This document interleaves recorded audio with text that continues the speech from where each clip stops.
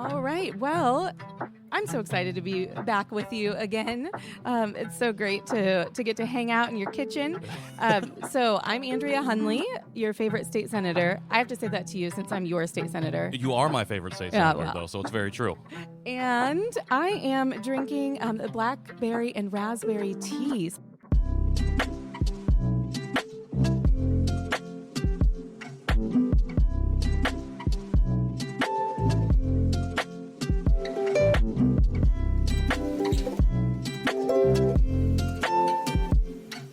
I always carry tea with me everywhere. Okay. Yeah. Has that always been a thing that you've done? Have you always been a tea drinker? Yes, and since I was teaching, I just would always have tea packets always with me, and I've always got them in my bag, Okay. my desk at the State House.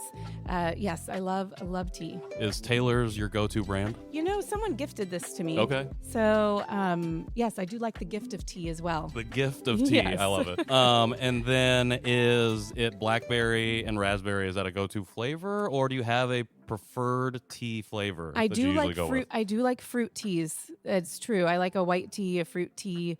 Yes. Okay. Which, you know, some tea purists may say isn't really tea, so don't at me about that. But yes. I wouldn't know the difference. I'm a coffee guy. I have my coffee here out of the Nespresso. But is there a big difference? What's the difference in like the white tea or the non-pure tea versus the pure Well, some tea? people, you know, like their black tea, you know, that all of that.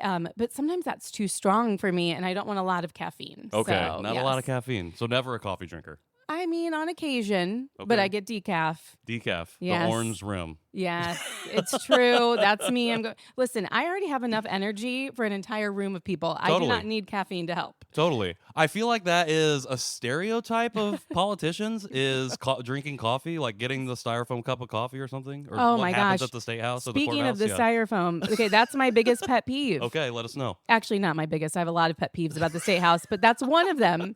So I've been trying to get rid of these styrofoam cups. Okay. Yes, Yeah, not good for the environment. not good. Well, of the many things that you do on top of getting rid of styrofoam cups or attempting to, on Tuesday the 25th, it was announced that the Indiana GOP was going to reconvene in order to try and draw new maps in a mid-cycle redistricting attempt per President Trump's request. This comes on the heels of Senate President Pro Tem Roderick Bray saying that there were not enough votes to move forward with this and that they were not going to reconvene until January when the new session started. That's true. And we actually voted and passed a resolution on November the 18th, all of us senators, that said we will not reconvene until January 5th. So actually, this decision to bring us back in early, December 8th is when he's trying to bring us back in, it actually is going against our procedures and our rules. And so here they are breaking the rules again, trying to break the rules again, just to rig these maps. Yeah. And it really, it felt like what happened on the 18th felt really like a huge victory. And for Hoosiers, and it felt like we can breathe a little bit. I think I even wrote on Threads, I'm like, it feels like we can exhale. Not necessarily like the battle is over, but it's like, oh, okay, we can wait until 2026 to deal with some of this. And then, surprise, we're going to deal with it now. And so in this conversation, I think we want to talk a little bit about how we got to this point that we're at where we're trying to redraw maps mid-cycle. What does that mean in this moment? And then what can we as constituents do to make a difference? Well, I'll tell you, folks have already been making a difference. I mean, the way that we have seen coalitions of people from across the state calling in, emailing, showing up, sending letters to make their voices heard has been incredible. And that really was what we were feeling the height of on November 18th with the vote. But you asked how we got here. So I want to be really clear that I am totally biased in this conversation because I think that us trying to do a mid-district rigging of the maps is problematic. I mean, you can even tell by I'm calling it map rigging. It is not redistricting, because redistricting is a legitimate process that happens once every 10 years in Indiana after the census. And then we have maps that are proposed. We have maps that then go across the state to different hearings so that the community members can come and speak on them. And then finalized maps are voted on by each chamber. And so when the last maps were voted on after the last census, they actually got an A rating here in Indiana. And if you look at the tapes, roll the tapes back, you can see our Republican colleagues all saying these are great maps. Sure. They are A maps. They, represent folks. They're balanced. They're fair. And what those maps entail are 9 congressional seats. So out in U.S. Congress in D.C., Yep. those 9 congressional seats, 7 of them are Republican seats held by Republicans, and 2 are held by Democrats. Now, there's been a call from the president, it happened back in August, and he said, hey, I want to grab those final 2 seats from Indiana and make it 9-9 red. And the only way to do that would be to redraw maps. Right. And so that's how we got here. And that comes off the heels of him putting the pressure on Texas to do a redistricting mid-cycle, which they did, which then triggered California to redraw their own maps, which has now led to Indiana. So something that we kind of talked about before we hopped on mic was how this doesn't necessarily feel like it has anything to do with Indiana, with Hoosiers. No, it has to do with D.C., completely with D.C. and who will have power, right? Sure. Because if you're the president, then you want your party to have a majority in the House, a majority in the Senate. And so that's the goal here, is that Trump knows he's losing popularity. He knows that his policies have been problematic for people. And so he knows that the only way for them at the 2026 election time to maintain a majority of Republican seats in the House is to steal them. Sure. Is to redraw maps, is to rig the maps. Because if you let voters just go to the polls, with the maps the way that they are now, they know that they're going to lose seats. Sure. You talked about how our 9 districts have already in 2020 been split up 7-2 Republican, Democrat. And since 2010, I believe, we have been operating under a Republican supermajority in both the Senate and then in the House in 2012. So they've already held the reins. Now we have a governor, and we've had the past 2 governors have been Republicans. So they already hold the reins of power. So if you can share, how do these 2 seats help them in any way? Well, that's a good question. And quite frankly, having additional seats in D.C. is not going to help Hoosiers, right? It's not going to help us right here because we're the ones making state policy. There already is a Republican supermajority, as you pointed out, for 20 years. And I would argue that in and of itself has been problematic, but maybe that's for another day. But we we haven't seen an increase in health outcomes. We haven't seen an increase in education outcomes. We haven't seen an increase in people having more money in their bank accounts, right? Actually, debt has increased. And so I would say that those policies really haven't been working for Hoosiers for 20 years. But the fact of the matter is that that's for us to decide here at our own ballot boxes. We are to battle that out with policy discussions, with debates, with forums, with all of those things here, not rig maps so that we get predetermined results. Yeah. And that's really, what's happening. And that will just help nationally. That's just going to help the president move his agenda forward. It does not help us on the local level. Sure. Something I've been seeing online a lot is, I guess I saw a quote from Mike Braun saying that we're doing this because we want fair representation for Hoosiers, which I already think is funny because we've been, I think, unfairly represented for the past 20 years.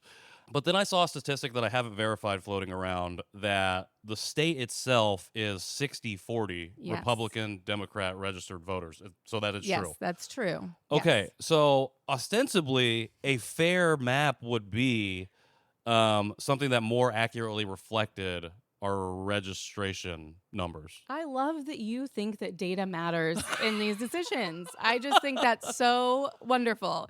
It's not just me. This is a lot of people online when I ask the question who are saying the exact same thing. Yes. And in fact, actually, on that November 18th Organization Day, when Senator Mike Young, Republican, got up to the floor to argue about redistricting, he actually said the same thing that you just said. He said, actually, if we were going to make it fairer, then we would create an additional Democrat seat. Mm. And I don't often agree with Senator Young, but that moment I wanted to give him a high five because it's true. I mean, and if you remember, in 2008, Indiana went for Obama. Yeah.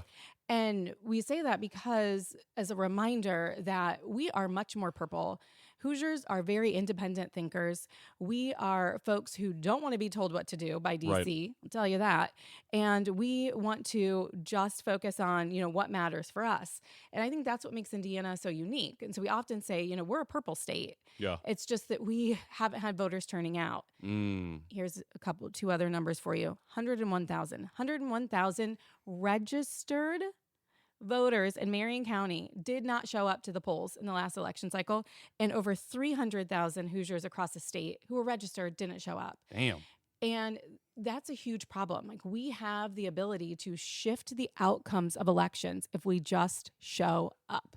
Well, I think probably one of the things influencing that is the maps themselves, the districts themselves. So can you give us just a little bit of an explainer on how, like, districts and maps can get drawn to shape the seats the way that they are, Yeah. and then, like, how that would disenfranchise someone who maybe was part of a different district who now finds themselves in a new one? So I think that my Senate seat is a perfect example. So during the last map redraw and the redistricting, Indianapolis gained a seat because we have gotten more folks who are now living here in Marion County, and so our Senate districts each have about 150,000 people in them. Okay.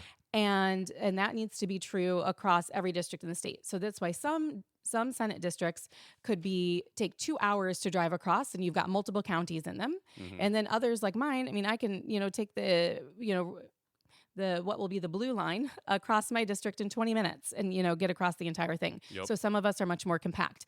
So what they did is they drew a brand new seat, which is now District 46 that I serve in. Woo. And it was seen as a gift to Democrats because this seat is about 70% registered Democrats, 30% registered Republicans, which means that it will be very, very hard for a Republican to ever win this seat. Sure.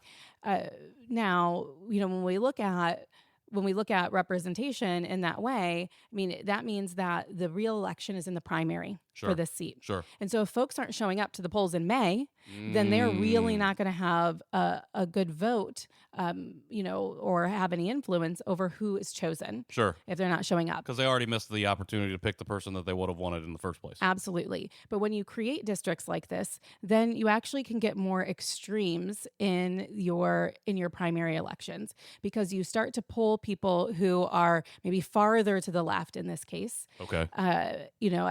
So that you're really kind of racing to see, well, who's the most, liberal, who's the most. And so Sure. then you get the same thing in Republican districts that are Republican controlled, where then your primary, you're getting people who are arguing about who is the most Republican, who's the farthest to the right, and that's who you want to vote for. And so now we have senators that in this new May primary here in Indiana, they're being primaried from the right because they're being seen as being too moderate Okay. for some of the votes that they're taking. Sure. And so that election is going to be decided in May. And if Okay. people aren't showing up at the polls, then they're really not getting a vote. And so then it's the same thing if you extrapolate that out to the congressional races, Sure. right? To those 9 congressional seats. And so our seat, Congressional District 7 here in Marion County, is a pretty safely blue seat. Yeah. And it's the one that Congressman Carson currently holds. But then you go, on the south side, and it is a red district, Yeah. and it's packed in that way. And that's totally legal. Both sides of the aisle do it in terms of, creating these districts where you pack in people of a certain political leaning. And so people do draw maps for political reasons. Sure. What you can't do is draw maps for racial reasons. Right.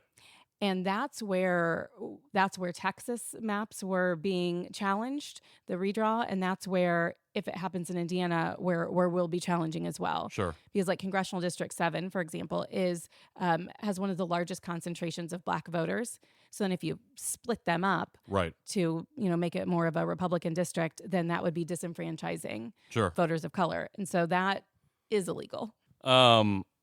So I think even were we to redistrict or redraw District 7 and then which one is Frank Mervant? What the up District north 1. District Mhm. 1, and split those up. I have a feeling that they would probably still go to Congressman Carson, Congressman Mervant, and wouldn't really. Again, I think we talked about this, but wouldn't really have that big of an impact.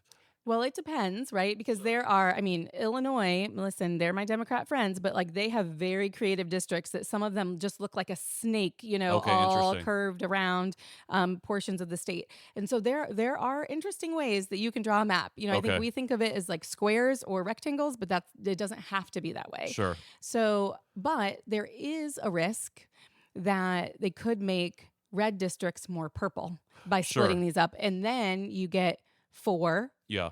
Democrats elected, which, could be interesting. And part of me wants to say, let's find out. Well, that was one of the things that somebody said was like, aren't they worried about the margins like now becoming more purple and potentially losing some of the seats that they already have in an effort to just gain 2 more?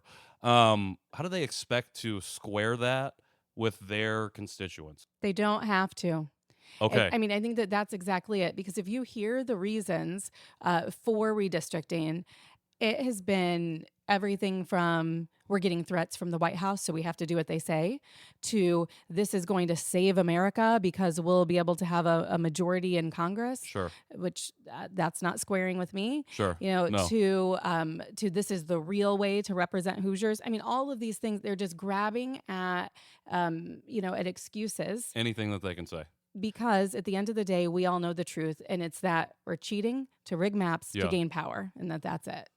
So there is no justification. Everybody who's upset right now is very well within their rights to be upset. Absolutely. And should this, for whatever reason, go through, they should expect to feel that pushback from their constituents come May and then come November. And that is where we've really seen people showing up from Okay. across the state. I mean, I can't tell you how many people at the state house that I meet who've driven an hour, 2 hours, 2.5 hours to Sure. come to make sure that they're counted, to make sure that their voice is heard.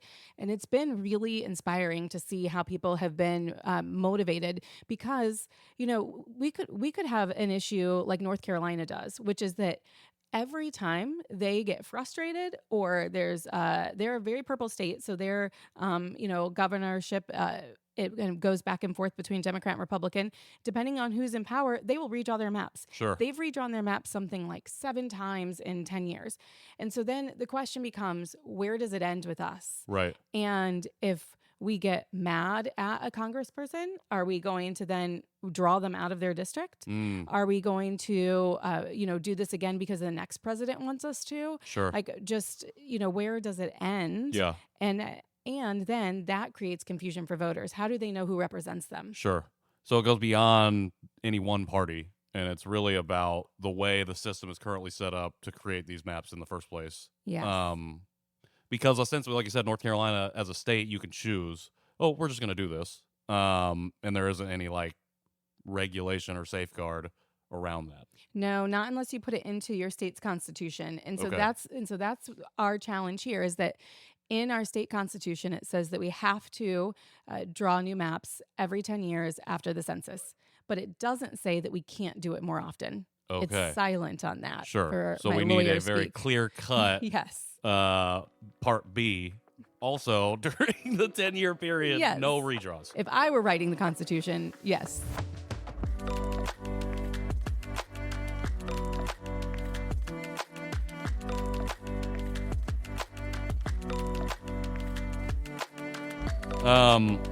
So, House is reconvening on the 1st. The Senate is reconvening on the 8th. How quickly would potentially the worst case scenario of this going through, how quickly would that go from the first to passage? The fastest that you could get a bill through, in keeping the rules the way they currently are, Sure. would be about 2 weeks. Okay. Yes. And so because it has to go through the House first. Okay. And then and it has to be right across the desk the first day. Then it has to go into a committee hearing, get out of committee, go to the full body on the floor. It has to go second reading, third reading, and then it would have to come over to the Senate and do the same thing all over again. Now, we can also vote to suspend rules. Okay. And we do this sometimes in a budget session. Like when the budget bill comes out, we might suspend the rules about how long something has to wait before it can go on to second or third reading for time's sake. So we could suspend the rules. But one of the key rules is the fact that just because the president of the Senate says we're to come back on December 8th does not mean that he has the authority to do that. He doesn't have the authority. So in our Senate rules, Senate Rule 1B, thank you very much, it says that the president of the Senate has to have the agreement of the minority floor leader, which is Leader Senator Yoder. They have to be in agreement for us to come back. Well, our caucus has not given permission for us to come back. So that's a challenge. And Leader Giaquinta on the House side has brought up the same thing. They have a very similar rule in the House. And so there has to be that agreement. Right. So, like you said, it's been a rigging. It's been a cheating thing. So clearly already stepping over the line of the rules to get this to go.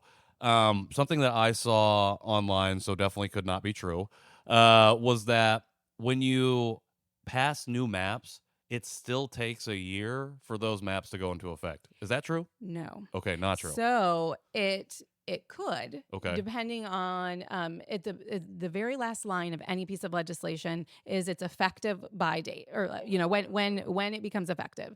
And so it can say something like, usually it's July 1st, or it can say effective upon passage. Okay. And so this would be one of those situations where they would make it effective as soon as it passes, meaning that that it would be ready to implement right away. Now, here's the hitch in the giddy up, is that we have to file. So anyone who's going to be running for Congress has to file starting in January, filing opens. They have to file by the second week of February. Okay. So there's a window. People could start filing saying, I'm going to run for District 1. I'm going to run for District 5, for District 8, whichever district. But then if those maps change, they might have to either refile because they could be in a new district, or they, maybe they don't live in their district anymore. Yeah. Maybe they, those wouldn't be the people they would represent. And so it could create some serious confusion. Sure. So there is a reason why they would like to get this done in December versus, open this up for a whole host of challenges in January. But while it clears it up for them, maybe, does it really clear it up for voters? And I guess maybe that's what they want to do, is make it more confusing. Actually, now that I'm thinking about it, the whole federal push has been to make it harder to vote. Yes. So that makes sense. To make it more confusing makes it, by extension, more difficult. And then how do you hold your elected official accountable if they're changing all of the time? Sure. Well, and then people can put out the argument, well, you didn't vote, so you don't have, your voice doesn't matter as much in this argument because you didn't exercise the right to say what you wanted to say. Yes. All right, so this is releasing on the 1st. The House is ostensibly in session at the moment as people are listening to this. And you just said, in 2 weeks, potentially, in a nuclear scenario, we could be seeing new maps coming out. Or we could see the Senate maintain its backbone and vote them down. All right. Which could also happen. That was going to be my next question. Yes. What are, as a person in on the front line, what is that work being done currently? You said they're clearly doing something that is illegal, it seemingly. So it seems like there could be potential roadmaps there, roadways there. What's that look like from the front line? Yeah, so a couple of best case scenarios where we could be working together, because the public pressure has been incredible and it has really changed the outcome. I mean, you have to think about this. Trump first asked for these maps to be redrawn in August. Yep. The governor called us in for a special session, which we didn't do. Right. At the end of, or in October. Right. So we have been able to slow this down with public pressure. Sure. And so that would be best case scenario. Keep that pressure up. Keep calling, keep showing up, keep emailing, keep sending letters. All of that matters. Yeah. Because we track every single thing that's coming in. The House could vote down the maps. Sure. There could be enough people to vote those down. There could be, we could deny a quorum, meaning that there aren't enough folks to actually do business. Sure. But we do have a supermajority, challenge in both the House and the Senate, which just means that the House and the Senate both have 2/3 of their members are in the Republican Party, so they actually don't even need the Democrats to show up to do business. Right. And they could ultimately Yes. override a veto from the governor because of that Yes. supermajority, correct? Okay. Absolutely. And so that creates another challenge. Even if the House passes the maps, the fight's not over. The Senate could vote them down. Right. And it would be a long, pretty drawn out argument, I'm sure, and challenge and fight on the floor of the Senate. But they could vote those maps down. Okay. And so that'll be something that we would definitely need to have continued pressure on folks showing up, folks calling, making sure that they have public commitments from their senators of where they stand on the issue. And then that would be it. Because once a bill is decisively defeated, then it's done. Sure. And it's dead in the water. Yeah. So it has to be. Is there like a statute of limitations before you can refile a similar style bill? yes. Okay. Yep. Forever, Yes. hopefully? Yeah. Wouldn't that be nice? Well, I'll work on that. I'll work on that amendment to to some legislation. Yes. Okay. So there are options. There are definitely more optimistic opportunities than we might think. One might think. I'm the forever optimist. Sure. So, you ask 50 of us and you'll get 51 different opinions. But I'm the forever optimist. And I'll tell you, the thing that drives me the most crazy is when people say, Hunley, like, why are you even doing this work in Indiana? Like, isn't it hard being in the super minority? You know what? But like, sure, we could leave and go to Michigan. We could leave and move to Canada. But no, like, this is where the fight is. Yeah. Like, this is where I think that rational voices like mine are needed more than anywhere else. And I also love this place. I love this city. I want to represent it. And so that's, all of us should have that same drive, that same passion to say, no, we're here. We're going to make this place better. Yeah. We're going to fight to make sure that Indiana is fair. We're going to fight to make sure that we're well represented, and that's for all of us to do. Well, and like you said, we're a little more purple than people give us credit for. And you look at national news, it's always red when we're talking about Indiana. But again, those are outside perspectives. People here on the ground and people who have had the chance to talk to other Hoosiers know that, okay, well, there's a little bit more connecting us than there is separating us or dividing us. You talked about, like, it's important for us to keep calling, keep emailing, keep reaching out, secure that public commitment on no. Absolutely. Yes. One of the things that I was looking up, because I want to make sure I'm giving out appropriate information, was like the most effective call strategy. So I saw like a list of potential like on the fence names and to call, and I was like, okay, those aren't necessarily people that represent me in my district. Does it make the most sense for me to call them, or do I just call the people who represent me? You need to call your Aunt Sue and Byrne, and you need to make sure that she's calling her senator or representative. Like, that is really key. I mean, gotcha. So it does matter. One of the first things that I ask my legislative assistant when she said, you've got 4 phone calls today, they're about this, is, okay, who are they calling from, and are they my constituents? I mean, that's what we want to know. Gotcha. It matters. Now, that being said, calling the person in leadership, of course, everyone should be calling them. Right. Calling the governor's office, everyone should be calling there. And then when and if this gets assigned to a committee, you could also call the committee chair. Okay. So if it goes to the elections committee or the rules committee, or calling that committee chair. So thinking about who is in positions of leadership. Gotcha. But it really does matter for folks if it's their constituent. And the mail is a real thing. I mean, I've got several letters that, postcards that say, don't rig our maps, stop cheating. Seeing that right there, having it on your desk does make a difference. Yeah. It makes you pause. It makes you look at who it's from, what district they're in. And so that really, I think, is more powerful than the emails. Sure. So I would say letters, phone calls, emails. Letters, phone calls, emails. In that order. And phone calls are, I think, easy for people to do. Sure. Know that it's our staff who answer the phones. Right. So they don't get to vote on the floor. Right. So be kind. But calling them and asking them questions, because they know how their senator or representative that they work for is going to vote. Right. And so asking them is wholly appropriate. Yeah. I will say that I talked to some really nice people in Senator Bray's office who were very nice. And I'm like going in thinking that you're calling across the line, calling into enemy territory, worrying that it's going to be scary and it's going to be like a difficult conversation, and it's really not. No, our staffs are nonpartisan, and they are all lovely and work for all of us. So yes. Okay, so I want to ask you on. Okay, so letters, calls, emails. You And talked showing about up at the showing state up house, for showing sure. up, being counted. You know that there was a pro redistricting rally at the state house on organization day. And my favorite quote about it was, there were 11s of people that showed up. And it really matters. You Yeah. know, I mean, Trump is always talking about crowd size, but it matters Yeah. that people show up, that people are counted, that, that you see the presence of Hoosiers who care and see the diversity of Hoosiers who care. I mean, there are a lot of just, these blue-haired women who have been fighting hard for decades, who are coming out to the state house. It's powerful to see the dad pushing the stroller with the baby there, saying, no, we're standing up. It's powerful to see our union workers who are coming all the way from Northwest Indiana. It's powerful. And so to see just the plurality of who Hoosiers are, but then also of the Hoosiers agree that we don't cheat. It's important that people show up.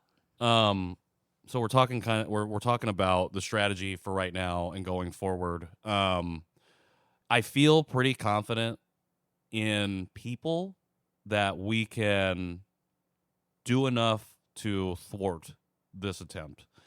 I worry though about kind of the stat that you brought up before, the 101,000 registered voters who didn't turn out in Marion County, 300,000 statewide.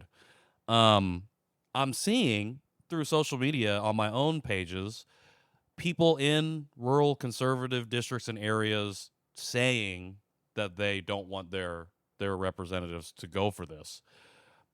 My worry is, are we really reaching those folks? So that's a great question. And we have to remember, right, that our social media is our own echo chamber. Totally. And that not even everybody in your group chat showed up to the polls the last time. Sure. And so I think that that's the other piece is we got to talk to our friends and make sure that our friends are showing up. And the way that you ask is you say, what's your plan to vote? And you need them to commit to the vote plan. What's your plan? Oh, you're going to go on Wednesday after work? Great. Send me a picture of your I voted sticker, right? We've got to hold each other accountable to voting and also make it inexcusable to not go. And if a friend, needs somebody to come watch their kids so they can go stand in line to vote, help out, right? If somebody needs a ride to go, help out. But when it comes to our friends in rural Indiana, one of the things that we need to make sure is that people have choices on their ballot. Sure. That's one reason why people show up. And so we need folks to run. We need folks to run for office. Okay. I'm in leadership in the Senate Democrat caucus, and we have been recruiting candidates from up and down the state because our goal is to have someone run in every single district. Wouldn't that be amazing? Yeah. Because there are many ways to win an election. Getting the most votes, on election day is one way to win. But another way to win is by showing people what's possible. Sure. By leveling up the conversation, by making sure that other ideas get airtime. Sure.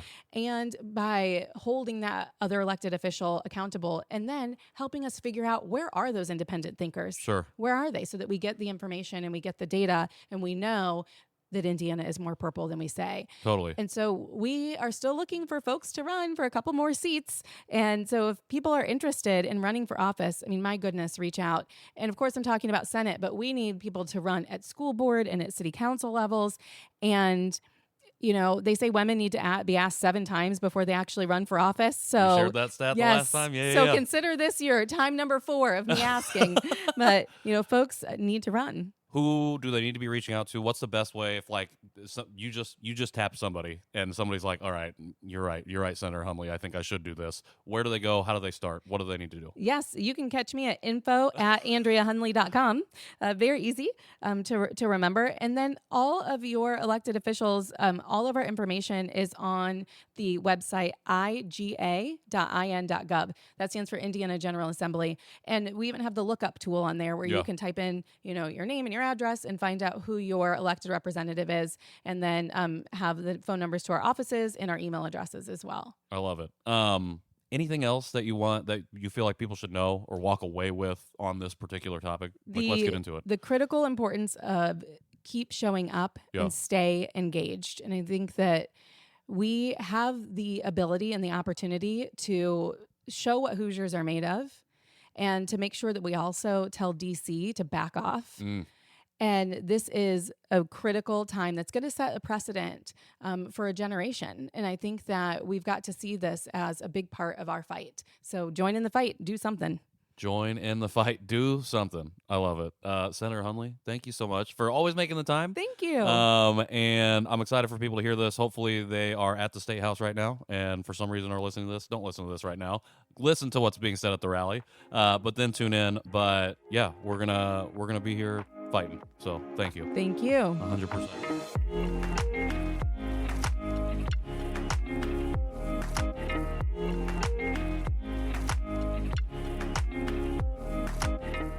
Shout out to Senator Hunley. Every single time I've asked her to come through, have a conversation on the show, whether it be the sit down in the studio, the interviews we did on Monument Circle, she has always said yes, and she has always shown up in the way that I always see her show up for stuff. And it is really inspiring to be able to follow along with her journey through politics as a politician, as a person, in addition to living in the same district, to be represented by her, in addition to literally living fairly close in proximity and getting the opportunity to get to know Ryan. It is just, she's awesome. And there's not really much else to say other than that. I do really appreciate everything that she shared in this conversation about the attempt to rig Indiana's congressional maps for the upcoming and potentially future elections. Beyond that, one of the big takeaways from this conversation, if you take away nothing else, is the importance of showing up, whether that be at the ballot box, whether that be for a candidate in your district, in your neighborhood, wherever you are located, showing up for their campaign in some sort of way, whether it's volunteering, whether it's applying to be a part of that, whatever that might look like, phone banking, all of those things. Whether it be at a rally or an actual protest or some other convening of folks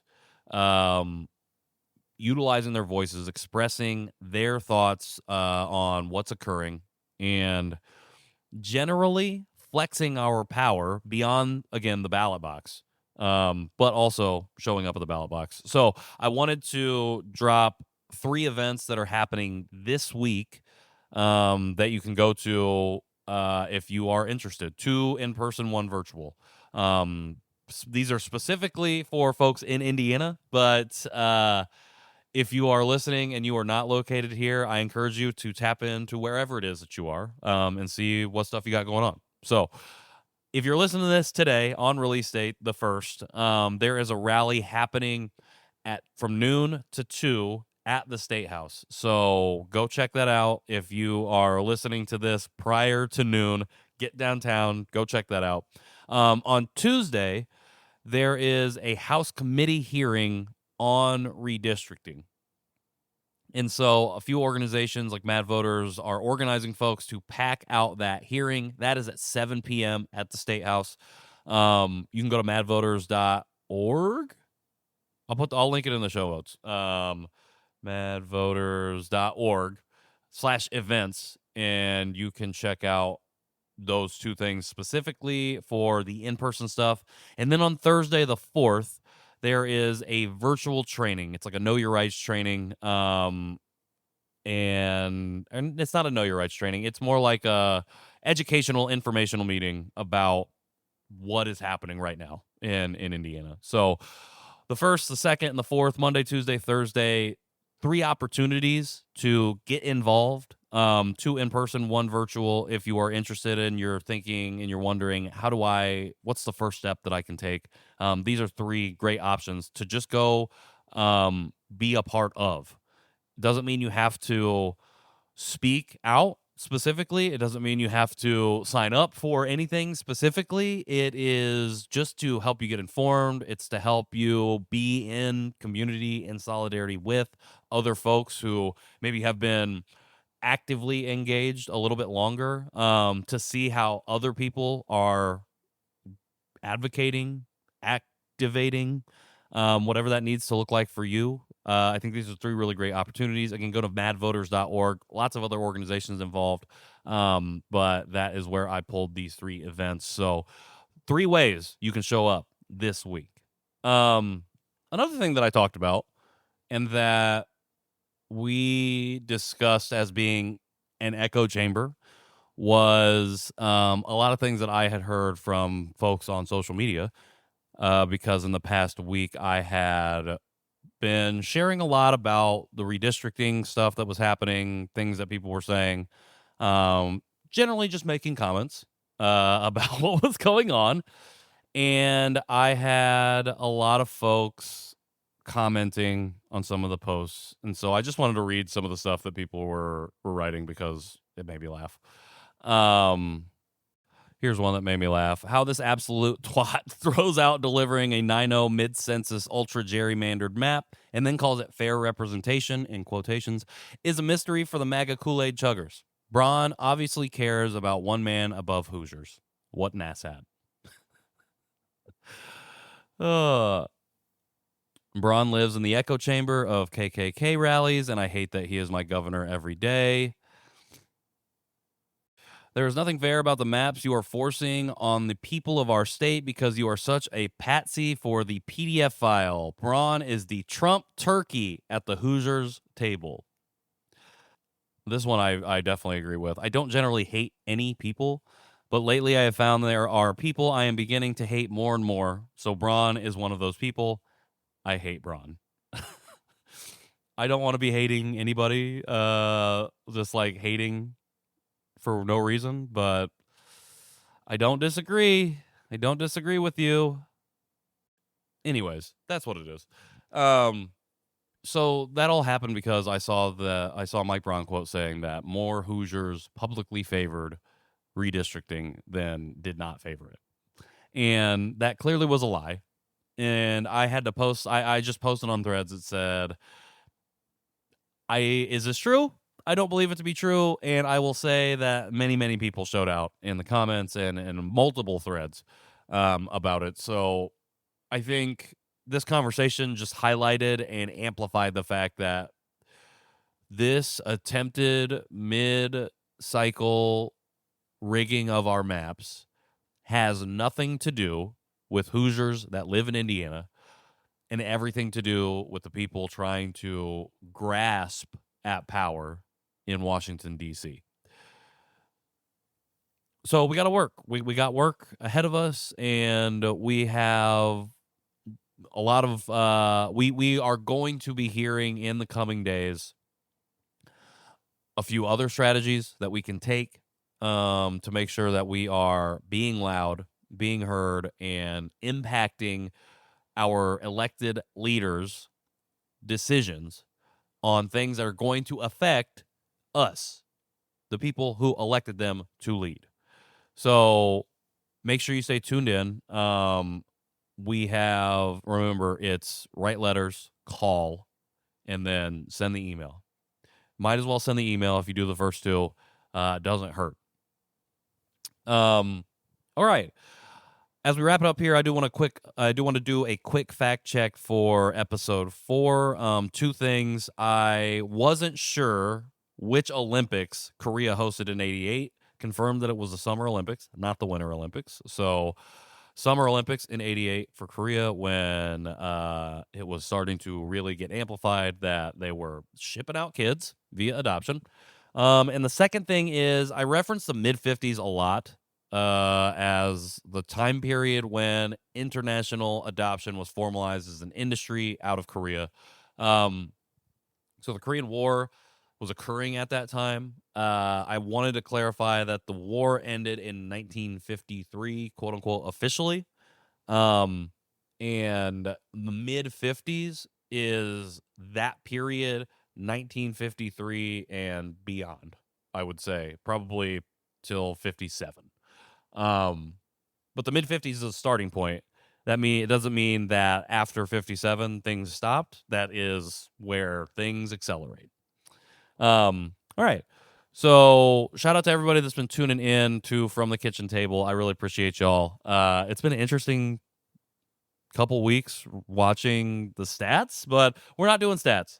We're doing impact, and we're doing connection and world building. And I just really appreciate everybody who has been a part of this journey with me, and who has been willing to step outside of the zone of however they've met me or come to my content, whether it be Indianapolis, whether it be Asian America, whether it be adopted stuff, and branched into these other areas. And if From the Kitchen Table has been your way into those different things, thank you. I appreciate it. I really enjoy doing the show, and I'm super excited to keep doing it. We got some really cool episodes and conversations coming up, cool topics to unpack. I realized that we did not do the question of the week this week because of all of the immediacy surrounding the map rigging situation that we have here in Indiana. So we will definitely get to that question. I'm not porting it over to the question of the week for this week. We're going to revisit that one. But I will. So the question of the week this week is, who is one musical artist that you feel people need to hear at least once before they leave this mortal plane? Who is one musical artist or act that you believe people need to listen to before they leave this mortal plane? Really excited to hear answers on this. I don't even know if I have a good answer for this. There's going to be a lot of a breakdown for that. But I'm excited to have that conversation. My name is Patrick Armstrong. I'm the one that's doing all of this show. Shout out to Pixabay, the website that has, and all the people that upload stuff there. They provide a lot of the sounds for this episode. Shout out to Senator Hunley for coming through, and shout out to Mad Voters and the team over there for continuing to do a lot of this work, grassroots, on the ground organizing here in Indiana. Until next week.